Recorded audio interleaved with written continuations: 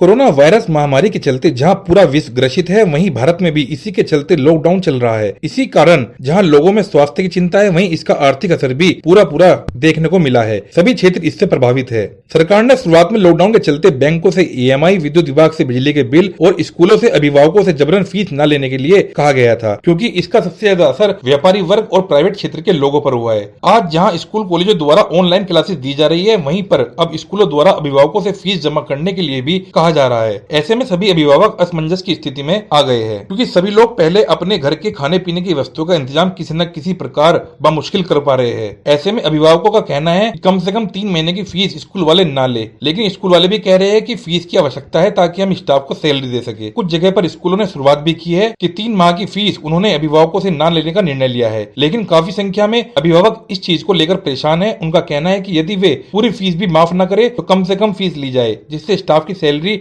School वाले दे सके। और 10 वर्ष तक के बच्चों को ऑनलाइन जो क्लासेस चल रही है, उसमें कई घंटे बच्चों को मोबाइल दिया जा रहा है या लैपटॉप के आगे बैठकर पढ़ना पड़ रहा है, जो कि स्वास्थ्य की दृष्टि से सही नहीं है। डॉक्टर्स का भी मानना है कि बच्चों को ज्यादा देर मोबाइल देखना खतरे की घंटी है, जिससे बच्चों की आंखों पर भी असर पड़ रहा है। इसलिए अभिभावकों ने शासन से प्रशासन से मांग की है कि कोई ऐसा हल निकाले जिससे अभिभावकों पर बोझ न पड़े और बच्चों की शिक्षा के साथ प्राइवेट स्कूलों के अध्यापकों की सैलरी भी न रुके। इस संबंध में चौधरी छोटूराम महाविद्यालय के डॉक्टर हरिओम शर्मा से विशेष बातचीत में उन्होंने बताया कि अभिभावकों की इस भावनाओं को ध्यान में रखकर स्कूलों को अच्छा निर्णय लेना चाहिए। हम सब पेरेंट्स ये चाहते हैं कि फी कंसेशन थोड़ा सा मिले, सबको राहत मिले, क्योंकि ये आपदा कोई बार तो आती नहीं है। और हम चाहते हैं कि मिडिल क्लास हो या अपर क्लास हो या किसी भी दर्जे के लोग हो, उनको कम से कम थोड़ा सा तो सरकार की साइड से मिलना चाहिए कि वो फीस के लिए थोड़ा कंसेशन दे, क्योंकि इस टाइम पे सबको घर चलाने के लिए जो रिक्शा वाले हैं, जो पेंशन वाले हैं, जो हमारे काम वाली बाई भी हैं, उनके बच्चे भी स्कूल में पढ़ते हैं। पर ठीक है, ऊंचे दर्जे के जो लोग हैं वो तो पे कर देंगे, पर जो नीचे दर्जे के लोग हैं वो कहाँ से पे करेंगे, क्योंकि वो डेली कमाते हैं, डेली खाते हैं। पर ऐसा नहीं कि जो बड़े स्कूल्स हैं वो कम से कम अगर इस चीज की शुरुआत करें तो छोटे स्कूल खुद इस पे फॉलो करेंगे। तो हम सब यही चाहते हैं कि फी थोड़ा सा हमें राहत मिले, कि किसी भी चीज में, ट्रांसपोर्ट में हो या स्कूल फीस में हो।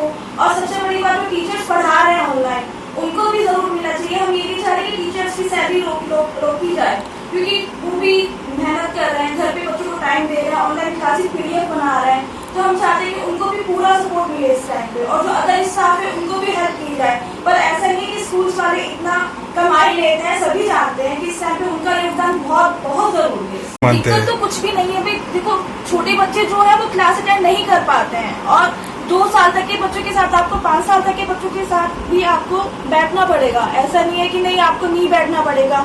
ऑनलाइन क्लासेस अच्छी चल रही है, ऐसा नहीं अच्छी नहीं चल रही है, कुछ क्लासेस बहुत अच्छी भी चल रही है, टीचर्स का बहुत सपोर्ट है हम सबको। बट ये है कि हमें बैठना पड़ता है उनके साथ। वो फुल मेहनत कर रहे हैं, किसी चीज को निग्लेक्ट नहीं कर रहे हैं कि वो मेहनत नहीं कर रहे हैं टीचर, क्योंकि उनको स्कूल साइड से ऑर्डर्स दिए जा रहे हैं। टीचर को भी अपनी जॉब निभा रही है, पर हम चाहते हैं कि उनको भी ध्यान में रखते हुए किया जाए और सबके हित में ये चीज हो कि किसी के साथ भी गलत ना हो और ये बात सबके साथ सही हो, और बीच का रास्ता कोई ना कोई प्लीज निकाले। और ऑनलाइन जो क्लासेस स्टार्ट की जा रही है वो छोटे बच्चों की आंखों पर, कानों पर, हर तरह से बहुत ज्यादा इफेक्ट करती है, क्योंकि मोबाइल की रेंज इतनी हाई होती है कि छोटे बच्चों के क्या बड़ों को भी बहुत ज्यादा इफेक्ट करती है। और आधा घंटा बच्चा ठीक है गेम खेलता है, हम गेम के लिए उसको मोबाइल देते हैं, पर ध्यान में रखते हुए कि नहीं कि 2 या 3 घंटे हम उसको लगातार ऑनलाइन क्लासेस के लिए कहते रहे कि नहीं बेटा तू पढ़, नहीं बेटा तू पढ़, ये जरूरी नहीं है। आप शीट भेजिए। कुछ पेरेंट्स के पास देखो प्रिंटर्स हैं जो शीट भी निकाल रहे हैं घर बैठे बैठे, कुछ लोगों के पास नहीं है वो चीजें। तो इस तरह से ये तो मतलब हर पेरेंट्स के हिसाब से देखना चाहिए कि हम होमवर्क किस तरह से भेजें, किस तरह से नहीं भेजें। पर ये जो मोबाइल्स का शुरू किया है कहीं ना कहीं गलत भी है और सही भी है, पर हर चीज थोड़ा सा ध्यान में रखते हुए की जाए तो बहुत अच्छी बात। मैं फीस से रिलेटेड बात कुछ कहना चाहूँगी। प्रशासन की तरफ से ये एक मैसेज आया था कि 3 महीने हम लोग स्कूल वाले हम लोगों को फीस के लिए बिल्कुल भी प्रेशराइज नहीं करेंगे, जबकि फीस को लेकर उन लोगों के बराबर मैसेज और फोन कॉल्स आ रहे हैं हमारे पास। और ये एक पैंडेमिक है जो हर 5वें साल तो आती नहीं है या हर 10वें साल नहीं आ रही है, ये तो 100 साल में या 200 साल में कभी एक बार आती है। तो इसमें जब सभी को ये बोला जा रहा है कि आप लोग कंट्रीब्यूशन कीजिए, आप लोग अपनी मेड की सैलरी मत कट कीजिए, गार्डनर की सैलरी मत कट कीजिए, तो उसमें स्कूल वालों को भी चाहिए कि हमको फीस के लिए वो प्रेशराइज बिल्कुल भी ना करें। और सभी लोग ऐसे नहीं हैं कि फीस देने में समर्थ होते हैं। कुछ लोग ऐसे भी हैं जो अपने सारे खर्चों पे नियंत्रण करते हुए अपने बच्चों को स्कूल में पढ़ा रहे हैं कि अच्छी एजुकेशन वो ले सके। जैसे कि मैं एक एग्जांपल दूंगी, मेरे बेटे की क्लास में एक उसका दोस्त पढ़ता है जिसके पापा साइकिल पंचर की दुकान है जिनकी, और वो 3 महीने से जब से लॉकडाउन जब से बिल्कुल बंदी पड़ी हुई है, तो वो कहाँ से बेचारे फीस देंगे। तो इसमें हमें राहत की उम्मीद है। ये चाहते हैं कि प्रशासन की तरफ से 3 महीने की फीस में हमें मैक्सिमम डिस्काउंट मिले। जैसे कि जो चार्जेस वो छोड़ सकते हैं वो बिल्कुल छोड़े। Building charges, annual charges, transportation charges जो वो छोड़ सकते हैं वो छोड़े। मेरे पास एमजी पब्लिक स्कूल से मैसेज आया है और वहाँ से फ़ोन कॉल्स भी आ रहे हैं मेरे पास। देखिए, मैं एक चीज़ कहना चाहता हूँ, जैसा कि अभी सोशल मीडिया के थ्रू और लोगों का हमें मतलब बातों से पता भी लग रहा है कि हमारे समाज में किस तरह की बातें चल रही हैं। अभी हम जानते हैं कि जो पैंडेमिक चला हुआ है, ये पैंडेमिक मेरी लाइफ में तो मेरी क्या सभी की लाइफ में पहली बार आया है। ये रोज रोज तो आता नहीं। इसमें समाज का हर व्यक्ति कुछ ना कुछ योगदान दे रहा है। और दूसरी बात मैं आपको ये बता दूं कि इस पैंडेमिक के दौरान पिछले 2 महीने लगभग लॉकडाउन चल रहा है, तो इस पूरे लॉकडाउन में लोगों के जो फाइनेंशियल स्थिति है वो बहुत बिगड़ चुकी है। लोगों के काम धंधे ठप हैं, चाहे वो अपर मिडिल हो, बिजनेसमैन हो, नौकरी पेशे वाले हों या फिर कोई किसान हो, तो सभी की जो फाइनेंशियल पोजीशन है वो इस टाइम पूरी तरीके से बिगड़ी हुई है। चल भी रहे हैं तो लोगों के थोड़े बहुत काम चल रहे हैं। गवर्नमेंट भी उधर कह रही है कि जो आपके अंडर काम करते हैं उनको सैलरी भी दो।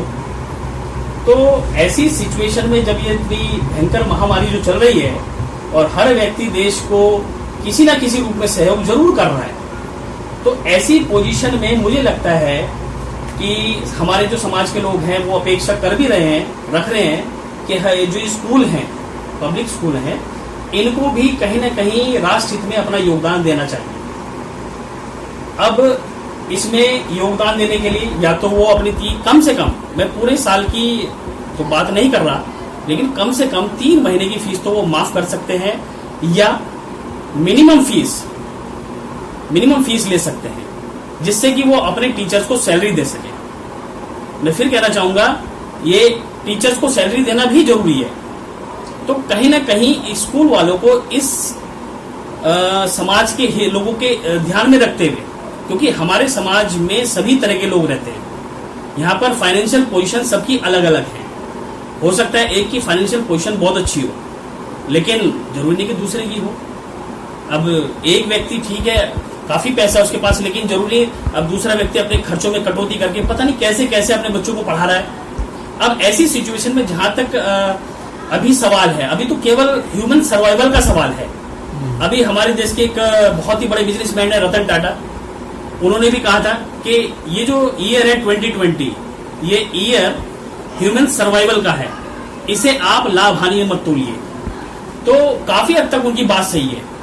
तो अगर वो इतने बड़े बिजनेसमैन होकर उन्होंने इतना दान दिया है, अपने सबको सैलरी भी दे रहे हैं, तो जिनके पास है, जो दे सकते हैं, लोग अपेक्षा भी उन्हीं से करते हैं।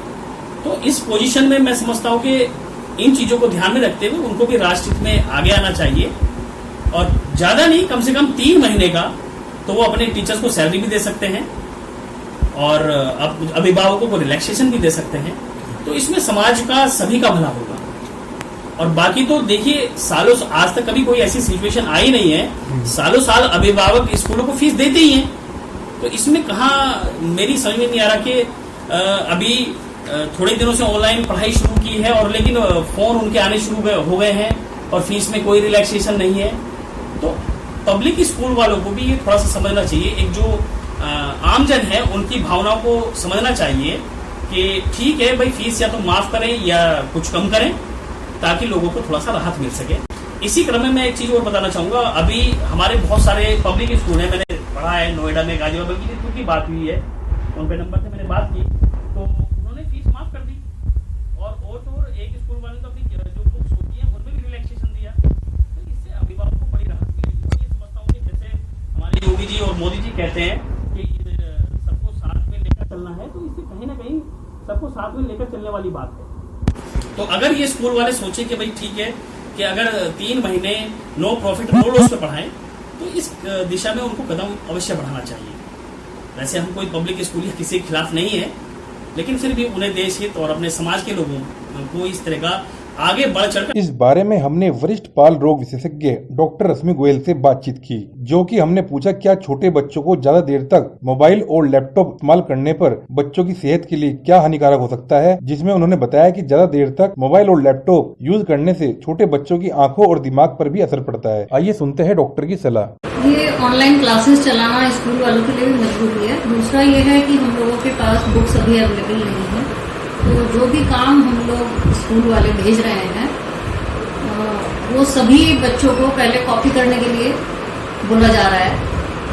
पहले बच्चे सारा कुछ कॉपी करते हैं, उसके बाद उसे लर्न करते हैं, फिर क्वेश्चंस को आंसर फिर लिखते हैं।